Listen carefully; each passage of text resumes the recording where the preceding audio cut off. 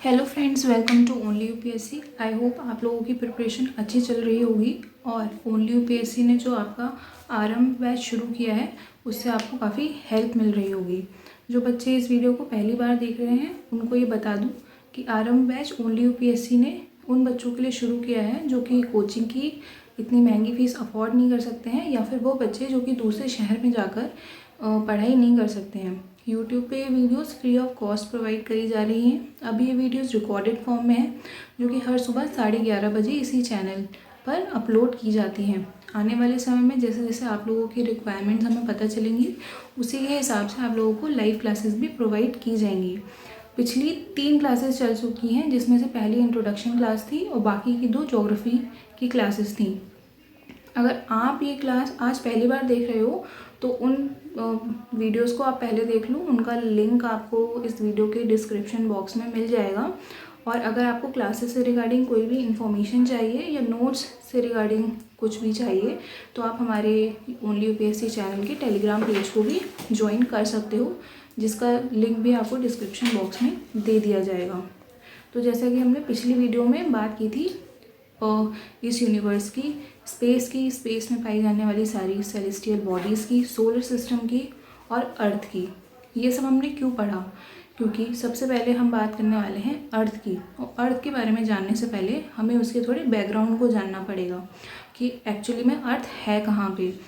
अभी तक हम इतना डीपली नहीं गए कि इस यूनिवर्स का ओरिजिन कैसे हुआ था, सोलर सिस्टम कैसे बना, जो हमारा स्टार है सन, नियरेस्ट स्टार, वो कैसे बना था, मिल्की वे गैलेक्सी कैसे बनी थी जिसमें हमारा सोलर सिस्टम है। अभी इतने डीप टॉपिक्स में हम नहीं गए हैं, अभी हम बेसिक्स पढ़ रहे हैं और एक क्लियर पिक्चर लेने की कोशिश कर रहे हैं कि आगे जाके हमें इन टर्म्स से ही गुजरना पड़ेगा। तो क्यों ना हम पहले ही इन टर्म्स का थोड़ा ओवरव्यू ले लेते हैं कि हमें क्या क्या पढ़ना है आगे। तो जैसे कि हम बात कर चुके हैं, हम अर्थ तक पहुंच चुके थे कि अर्थ का मून के बारे में हमने कल बात करी थी। आज हम बात करेंगे अर्थ की शेप क्या होती है, अर्थ के ऊपर अगर हमें किसी पॉइंट को बताना है तो हम कैसे बताएंगे। हम लैटिट्यूड्स एंड लॉन्गिट्यूड्स की बात करने वाले हैं। कुछ बच्चों का कहना है कि आप प्लीज़ हिंदी में भी लिखिए, तो हिंदी में भी लिखा जाएगा, ऐसी कोई प्रॉब्लम नहीं है। ये जो क्लासेस हैं ये आपकी बायलिंगुअल हैं, हिंदी इंग्लिश दोनों में हैं। लेकिन बात यह है कि आपको दोनों में पता होना चाहिए, हिंदी में भी और इंग्लिश में भी। तो कोशिश ये की जाएगी कि आपकी ये क्लासेस जितनी ज़्यादा यूज़फुल बनाई जा सके उतनी ज़्यादा बनाई जाए। तो इसलिए लैंग्वेज की कोई प्रॉब्लम नहीं है, आपको जिसमें सूटेबल लगता है आप उस मीडियम को रखो। बाकी ये क्लासेस आपकी काफ़ी हेल्पफुल रहेंगी, ये ऐसी कोशिश रहेगी। तो आज हम पढ़ेंगे अर्थ की शेप के बारे में, और अगर उस पर हमें कोई पॉइंट इंडिकेट करना है तो हम वो कैसे करेंगे। तो अर्थ की शेप क्या है?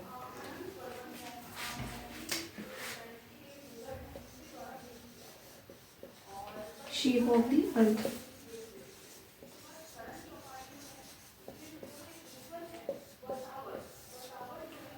शेप ऑफ द अर्थ, जब बहुत पहले की बात है, जब किसी ने अर्थ की शेप को डिस्कवर नहीं किया था, ये लोगों ने अपने ऑब्जर्वेशंस के द्वारा ये पता नहीं लगाया था कि अर्थ का जो शेप है वो स्फेरिकल है, तो लोग ये मानते थे कि अर्थ फ्लैट है, मतलब कि कुछ इस तरीके से है, अर्थ फ्लैट है। तो जो लोग थे, जो सेलर्स थे या फिर जो समुद्र यात्रा करते थे शिप्स से, वो समुद्र में बहुत दूर जाने से डरते थे। वो इस बात से डरते थे क्योंकि वो ये मानते थे कि अर्थ फ्लैट है। तो ये मानते थे कि वो अगर बहुत आगे चले जाएंगे तो कहीं ना कहीं उन्हें एक ऐसी जगह मिलेगी जहाँ से उन्हें नीचे गिरना पड़ेगा, वहाँ से वो नीचे गिर जाएंगे। तो इसलिए वो समुद्र यात्रा करते समय इस बात से डरते थे कि कहीं उन्हें कोई इतना लंबा आगे ना चले जाएं वो, कि वो एक ऐसी जगह पे जाके पहुँचे जहाँ पे उन्हें एक ऐसे समुद्र में गिरना पड़े या एक ऐसी जगह पे गिरना पड़े जिसका कोई धरातल ही ना हो।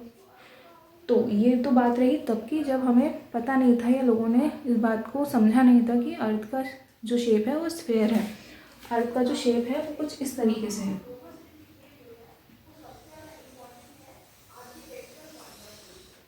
यह है स्फेयर।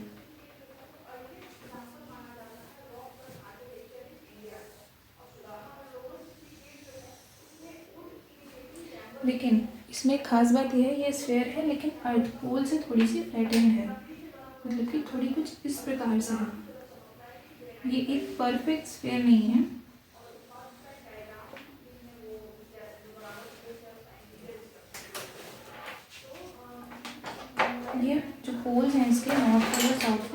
थोड़ी सी फ्लैटेंड है। फ्लैटेंड का मतलब है थोड़ी दबी हुई है, और साइड से बल्जी है, मतलब कि थोड़ी निकली हुई है। तो ये अर्थ का शेप है। अब ये अर्थ का शेप है, लोगों ने कैसे पता लगाया? इसके लिए कुछ ऑब्जर्वेशंस की गई होंगी, या इसको प्रूव करने के लिए कुछ, क्योंकि लोगों ने जाके तो नहीं देखा था कि अर्थ स्फेयर है, तो लोगों को पता कैसे चला कि अर्थ स्फेयर है? तो ये तो हो गया स्फेरिकल शेप, जो कि सच है।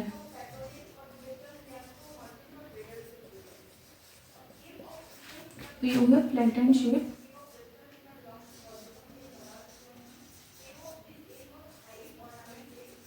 जो लोग पुराने समय में समझते थे कि अर्थ ऐसी होगी। अब अगर अर्थ स्फेरिकल है तो लोगों ने समझा कैसे कि अर्थ स्फेरिकल है? इसके कई सारे एग्जाम्पल्स दिए गए हैं, कुछ पॉइंट्स दिए गए हैं, जिसमें से सबको समझना इतना ज़रूरी नहीं है, और एग्ज़ाम में शायद पूछा भी नहीं जाएगा, लेकिन एक जनरल नॉलेज के लिए और आगे के कॉन्सेप्ट को समझने के लिए ये समझना ज़रूरी है। तो इसको इसकी तो कोई ज़रूरत भी नहीं है, इसको हटा देते हैं। तो कुछ ऐसी चीज़ें हैं जिनसे हम ये समझ सकते हैं या प्रूव कर सकते हैं कि अर्थ स्फेरिकल है। सबसे जो एक पहला पॉइंट है वो ये है कि होराइजन स्फेरिकल या सर्कुलर होराइजन।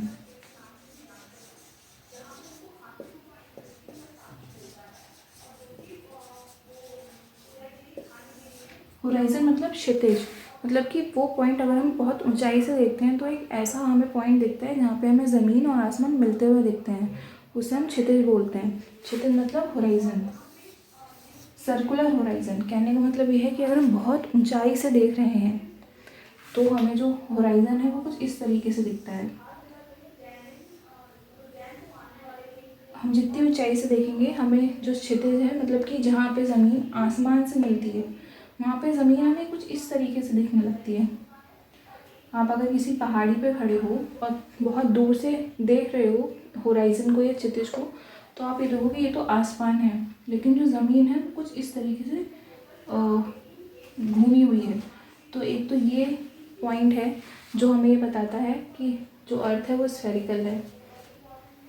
दूसरी चीज़ ये है, ये कुछ ऐसे एग्जाम्पल हैं जिनको अगर हम इमेजिन करें तो हमें ज़्यादा समझ में आएंगे। दूसरा एग्जाम्पल जो है वो है शिप का। शिप का एग्जाम्पल ये है कि अगर आप बहुत दूर शिप को पहले बना लेते हैं एक एग्जाम्पल से।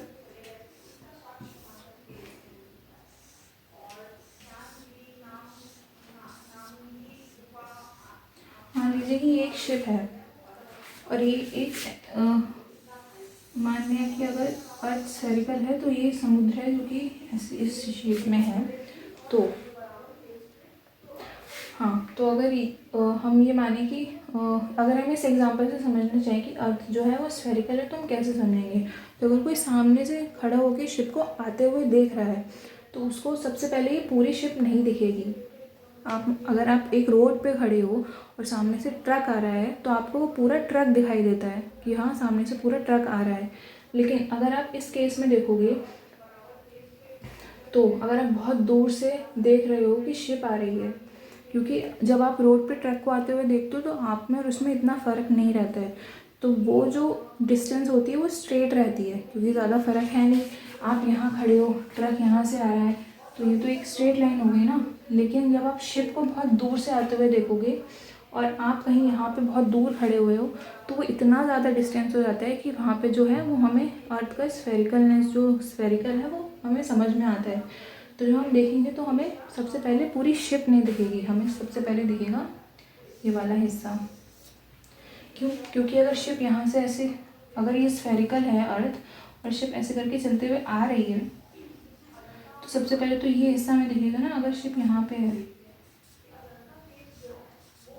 सबसे पहले तो हमें ये हिस्सा दिखेगा क्योंकि ये ऊंचा है। तो ये कुछ छोटे छोटे एग्जाम्पल्स हैं जो हमें ये बता देते हैं कि अर्थ स्फेरिकल है। अब ये तो हो गया ऑब्जर्वेशंस के ऊपर।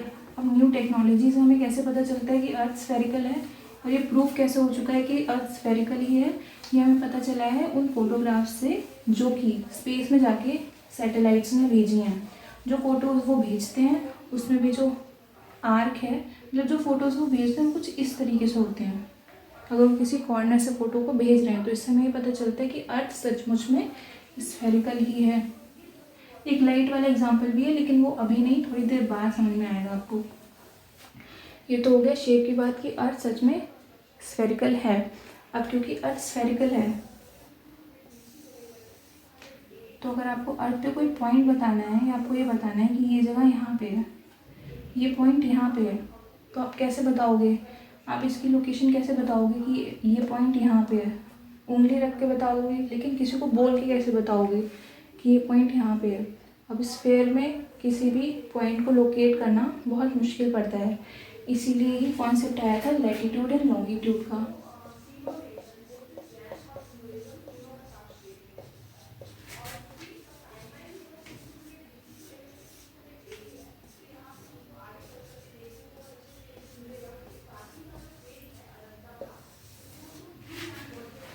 लैटिट्यूड एंड लॉन्गिट्यूड मतलब अक्षांश रेखाएं, देशांतर रेखाएं। तो अगर हमें बताना है कि पॉइंट कहाँ है, तो हम ऐसे नहीं बता पाएंगे। उसके लिए हमें कुछ रेफरेंस पॉइंट की ज़रूरत पड़ेगी, मतलब कि जिनकी मदद से हम बता पाएँ कि ये पॉइंट ये है और इस जगह पर है। तो सबसे पहले हम पढ़ते हैं लैटिट्यूड्स। तो सबसे पहले तो हमने एक रेफरेंस पॉइंट ये लिया कि अर्थ के बीचों बीच से एक हमने और ये जो लाइंस होती हैं ये असल में अर्थ के ऊपर नहीं होती हैं, ये लाइंस होती हैं इमेजिनरी, जो हमने अपने मतलब मदद के लिए बनाई हैं, और ताकि हम किसी भी जगह को, अगर हमें बताना है कि इंडिया, पूरे अर्थ पे इंडिया की क्या लोकेशन है, तो वो हम किसकी मदद से बता पाएंगे? इसकी मदद से और इसकी मदद से। तो आज हम लैटिट्यूड एंड लॉन्गिट्यूड का कॉन्सेप्ट पढ़ेंगे। तो सबसे पहले हमने क्या किया, हमने एक रेफरेंस पॉइंट लिया जिसे हम इक्वेटर कहते हैं।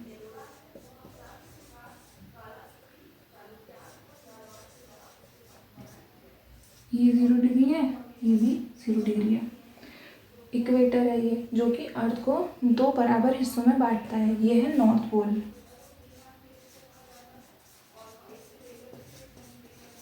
और ये है साउथ पोल।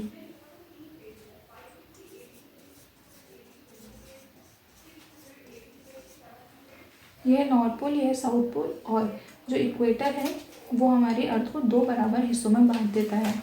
अब बात ये हुई कि 2 इक्वल हाउस में बांट दिया।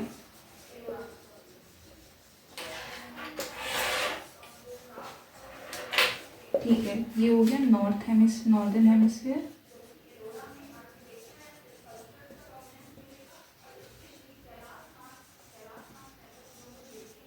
ये हो गया सदर्न हेमिस्फीयर।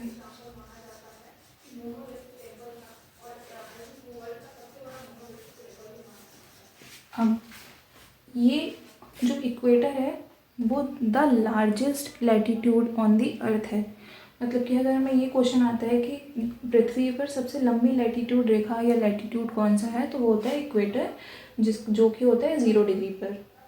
अब बात आती है कि ये हमें कैसे मदद करती हैं। जिस तरीके से इक्वेटर है वैसे बाकी, क्योंकि बाकी की लैटिट्यूड लाइंस भी नॉर्दर्न पोल की तरफ बढ़ती हैं और सदर्न पोल की तरफ बढ़ती हैं। जैसे कि सपोज करो ये कोई लैटिट्यूड है 10 डिग्री पर, ये कोई लैटिट्यूड है 20 डिग्री पर। इनके बीच में भी होती रहती है 1 to 90 इधर एंड 1 to 90 इधर, टोटल लैटिट्यूड्स रहती हैं। ये हो गया 30 डिग्री पर, ये हो गया 40 डिग्री पर, ऐसे ही और भी। और फिर यहाँ पे आता है 90 डिग्री। अगर हम इसे सेंटर ऑफ द अर्थ मान लें,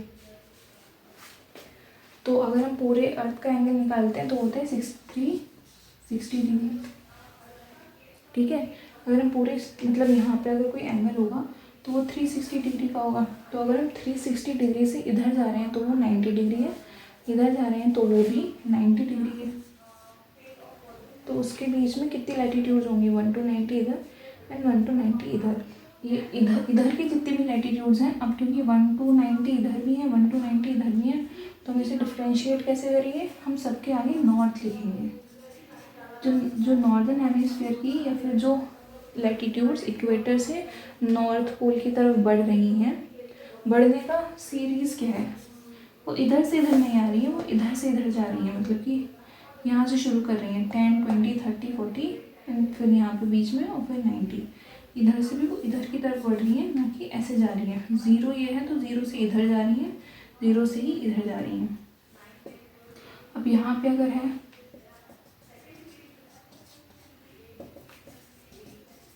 ऐसे ही और है, ये 90 तक आ गया है, तो इसमें हम साउथ लिख देंगे। तो अगर हमें नॉर्थ पोल में किसी पॉइंट को बताना है और अगर वो 30 यहाँ पे है और अगर कोई पॉइंट यहाँ पर है, तो हम इस पॉइंट के लिखेंगे कि वो पॉइंट 30 डिग्री नॉर्थ में है। और अगर इस पॉइंट के बारे में बताना होगा तो हम लिख देंगे कि वो 10 डिग्री साउथ में है। अब अगर कोई ऐसा पॉइंट है, अब हमें नॉर्थ एंड साउथ डिस्टिंग्विश करने की ज़रूरत क्यों पड़ी? अगर कोई पॉइंट यहाँ है 30 डिग्री और हम यहाँ पे भी 30 डिग्री बना दें, तो एक पॉइंट यहाँ है, एक पॉइंट सपोज करो यहाँ पे है, तो अगर हम दोनों के लिए ये पॉइंट 1 है और ये पॉइंट 2 है, अगर हम पॉइंट 1 के लिए लिखते हैं कि ये कहाँ है, तो ये 30 डिग्री पे है, और पॉइंट 2 के लिए लिखते हैं तो ये भी पॉइंट 30 डिग्री के लिए। अगर ऐसे देखा जाए तो ये दोनों पॉइंट की जो लोकेशन है वो तो सेम रहेगी, लेकिन अगर हम इसकी डायरेक्शन मेंशन कर देते हैं तो हमें पता चलता है कि भले ही न्यूमेरिकल वैल्यू जो है इसकी सेम आ रही है, लेकिन दोनों की डायरेक्शन अलग अलग है। ये नॉर्थ हेमिस्फीयर में है, साउथ हेमिस्फीयर में है। ये तो बात हो गई लैटिट्यूड्स की और उनकी नंबरिंग की। अब कभी कभी क्वेश्चन ये भी आता है कि टोटल नंबर ऑफ लैटिट्यूड्स या फिर total number of latitudinal lines कितनी है। तो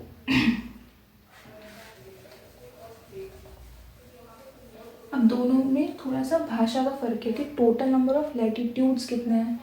तो लैटिट्यूड तो इक्वेटर भी है, ये इक्वेटर है, लेकिन ये भी एक लैटिट्यूड है। लैटिट्यूड तो नॉर्थ पोल भी है, इसे भी लैटिट्यूड ही बोला जाएगा। तो टोटल अगर हम टोटल नंबर ऑफ लैटिट्यूड देखते हैं, टोटल नंबर ऑफ लैटिट्यूड, तो 1 to 90 इधर, तो 90, 1 to 90 इधर प्लस 90। इक्वेटर भी एक लैटिट्यूड है प्लस 1, तो ये हो गया 181। ये है टोटल नंबर ऑफ लैटिट्यूड्स। ये सिर्फ लैटिट्यूड्स की बात हो रही है, लेकिन अगर हमसे ये पूछा जाता है कि total number of latitudinal lines कितनी है, तो वहाँ पे आंसर थोड़ा अलग हो जाएगा। लैटिट्यूड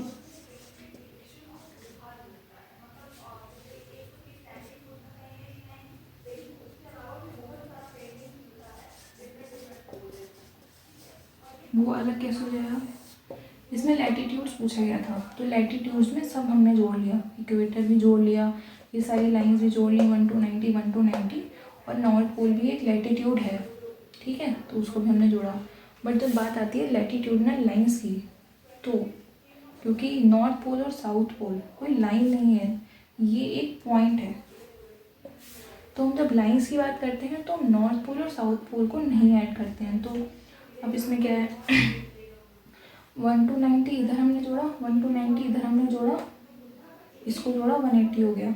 अब 180 तो लैटिट्यूड्स हैं, अगर हमें सिर्फ लाइन बतानी है तो इन दोनों पॉइंट्स को माइनस कर दो, तो 181 से 2 माइनस कर दो, तो 179। तो टोटल नंबर ऑफ लैटिट्यूड्स तो 180 ही रहेंगे, 181 रहेंगे, लेकिन अगर हमसे लाइंस पूछी जा रही हैं तो वो 179 हो जाएंगी।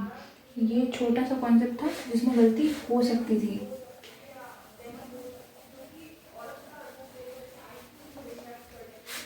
ठीक है, ये तो हो गया लैटिट्यूड्स की बात।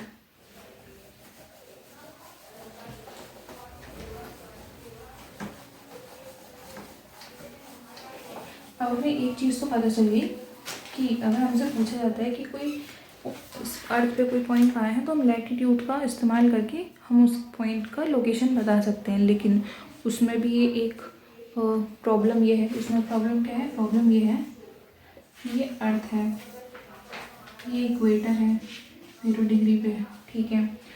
सपोज करो यहाँ पे एक लैटिट्यूड है 20 डिग्री का, यहाँ पे है 30 डिग्री का, यहाँ पे 10 डिग्री का, यहाँ पे 40 डिग्री का, सेम यहाँ पे भी है।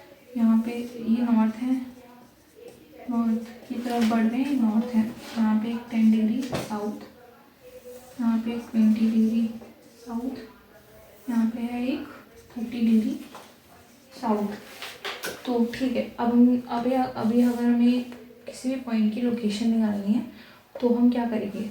अब सपोज़ करो ये इक्वेटर है, हमें और 2 पॉइंट हैं, ये है पॉइंट 1 और ये है पॉइंट 2, दोनों की लोकेशन। अब एक पॉइंट ये है और एक पॉइंट ये है, ये इधर है ये इधर है। दिख रहा है कि हमें कि दोनों की लोकेशन अलग अलग है, लेकिन फिर भी अगर हम लैटीट्यूड का यूज़ करके इसकी लोकेशन बताएंगे तो दोनों की लोकेशन पॉइंट 1 की लोकेशन भी 20 डिग्री नॉर्थ आएगी, पॉइंट 2 की लोकेशन भी 20 डिग्री नॉर्थ ही आएगी। हम तो अपना काम आसान करने जा रहे थे, लेकिन काम तो और मुश्किल हो गया। हमें लोकेशन बतानी थी, बताने के लिए हमने लैटीट्यूडनल लाइंस ड्रॉ कर दी हैं अर्थ के ऊपर, ग्लोब के ऊपर, लेकिन वो लग तो नहीं रहा किसी काम की है, क्योंकि दोनों पॉइंट्स का लोकेशन सेम बता रहा है। कोई 2 पॉइंट्स तो देखने में लग रहे हैं कि वो एक पॉइंट पे नहीं है, लेकिन अगर हम अपना मेथड यूज़ करें तो दोनों का लोकेशन एक ही दिखा रहा है। फिर लगा कि नहीं, इसके अलावा भी हमें कुछ चाहिए। क्या चाहिए, यहाँ पे बना लेते हैं 90 डिग्री नॉर्थ पोल, यहाँ पे बना लेते हैं 90 डिग्री साउथ पोल।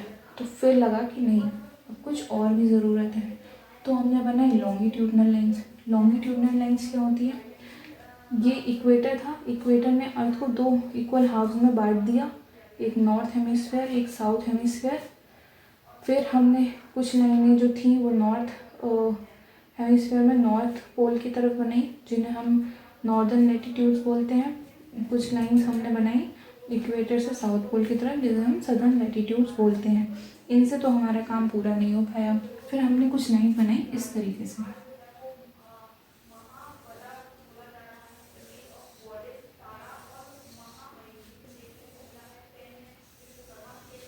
कुछ इस तरीके से। वो लाइंस जो नॉर्थ पोल को साउथ पोल से कनेक्ट करती हैं, उन लाइंस को कहते हैं लॉन्गिट्यूडनल लाइंस। अब इसके बारे में देख लेते हैं क्या होता है।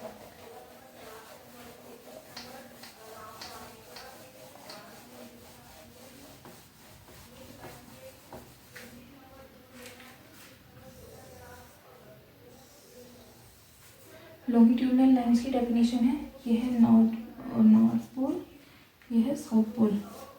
वो लाइंस नॉर्थ पोल को साउथ पोल या फिर पोल्स को एक दूसरे से कनेक्ट करती हैं, वो होती हैं लॉन्गिट्यूडनल लाइंस।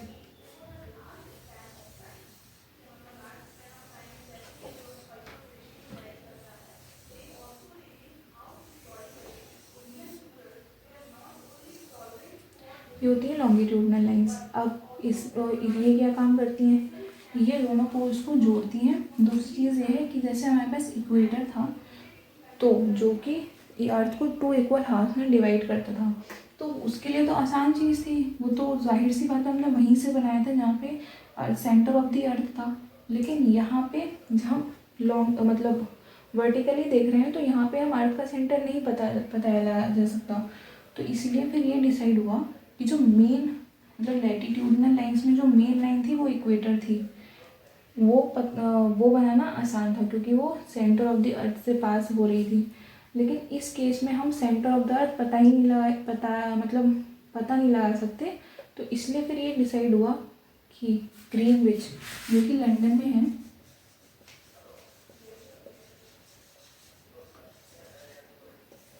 एक जगह है लंदन में ग्रीनविच, वहाँ से जो लॉन्गिट्यूडनल लाइन पास होगी वो मेन लॉन्गिट्यूडनल लाइन होगी, और उसे हम प्राइम मेरिडियन भी बोलते हैं।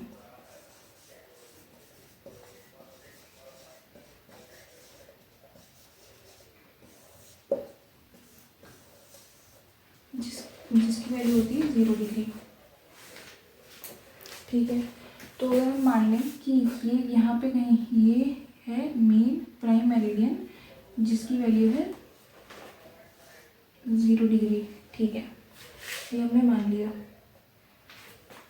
अब बात आती है कि यहीं से क्यों पास हुई, इंडिया से भी तो हो सकती थी, किसी और कंट्री से भी तो हो सकती थी, कोई और जगह भी तो ले सकते थे।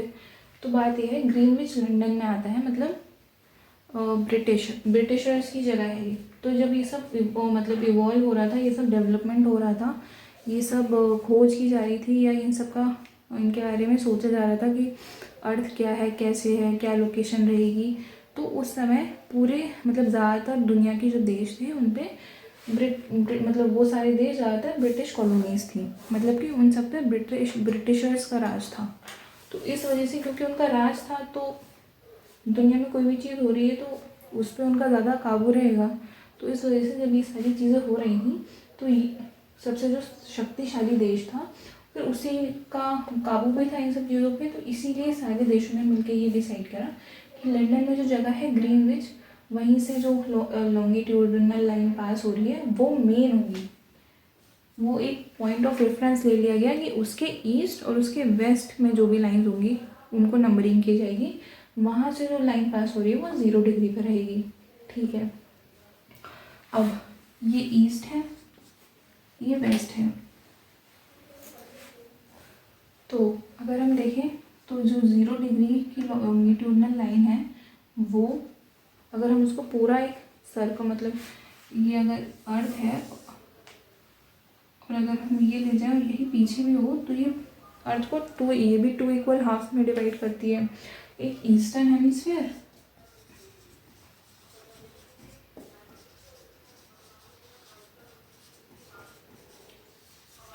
और यह वेस्टर्न हेमिस्फीयर।